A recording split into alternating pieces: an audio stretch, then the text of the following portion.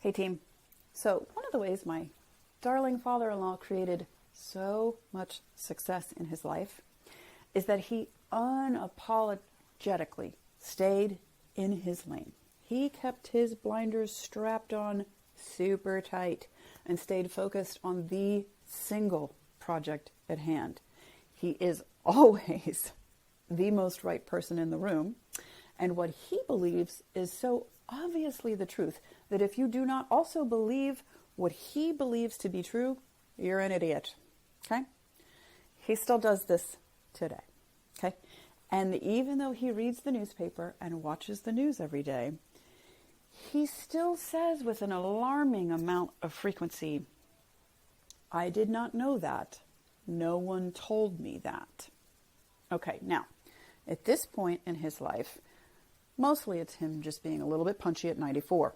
Super fair. It's kind of funny, right? Like I chuckle when I recall that I told him the exact thing just yesterday, and I will gladly forever tell him the same thing again. It comes with the territory, right? However, the point of this is that it got my wheels spinning a little bit, wondering how often do we dismiss ourselves with this kind of limiting belief that no one told me this thing, therefore it must not be true. So, you see here the shadow side of this super focused, hyper narrow, single track thought is that there's no room for anyone or anything to challenge what you already think might be true. Okay, so what that reminds me of is a word that I've learned just recently. It's relevant, especially if you have loved ones with dementia, or dementia is such a nebulous word, but anyway, the word is confabulation. And it has to do with the way that our memory fills gaps between information, like evidence that we have. Okay, so if you have bits and pieces of information, our memory fills it in so that it makes sense. If we've gathered information that is manipulated, factually wrong, misinterpreted, distorted, and then we formulate a story around it without doing the due diligence to really examine it, what ends up happening is that we create a scenario where we can confabulate a story. Okay? So we confuse what we have imagined with the real life true story.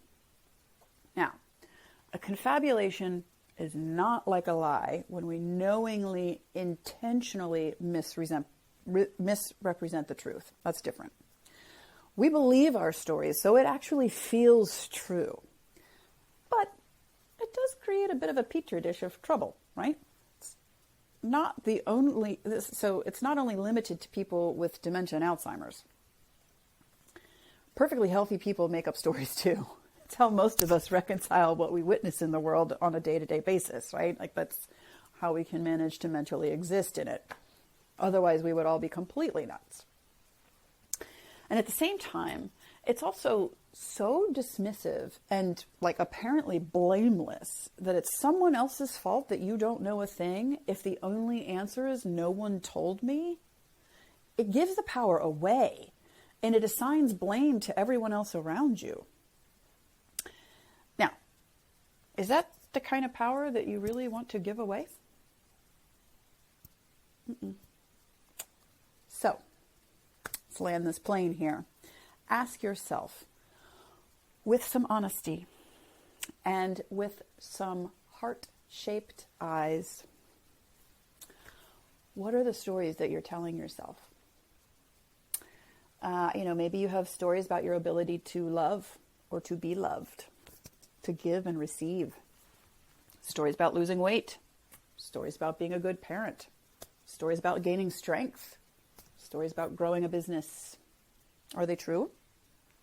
What if they aren't true? How could you be sure? Is there something you can change right now to change the storyline, which will then shift the outcome? some food for thought.